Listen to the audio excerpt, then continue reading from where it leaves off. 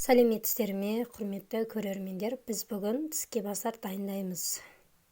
Егер сізге менің тіске басарым ұнап жатса, лайк басып, өз пікіріңізді жаза кетіңіз. Мен үшін үлкен шабыт болар еді. Ал сіз әлі де тіркелмеген болсаңыз, менің каналыма тіркеліп, қоңыраушаны басып қойсаңыз болады.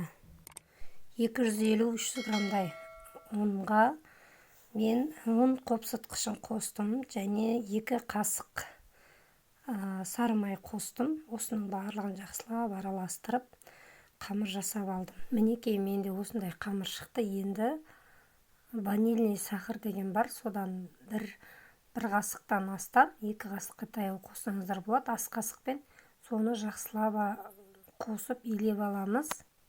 Дайын болған қамырды осылайша жұқалап, шаймалап, шайып, оны видеода көргендеріңізде 2 қабаттап және жаймалай аласыздар.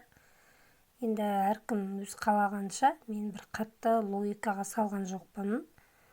2-4 қабаттап жайып, енді ішіне салатын салмасын дайындадым. Мен үйде бар заттарды қоса бердім. Сгущенканың шоколад қосылғаны және сүтпен жасалған 2 түрі бар екен. Мен соны екеуін араластырып, үйде қалған сухой фруктыны қосып араластырып алдым. Және оны дайын болған қамырымызға қосып орайтын боламын.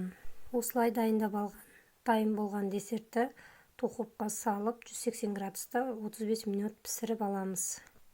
Мінекей, менің десертім дайын, өте дәмді әрі жұп-жұмсақ болып шықты. Сіздер де жасап көріңіздер. Сіздермен болған Гүлнұр.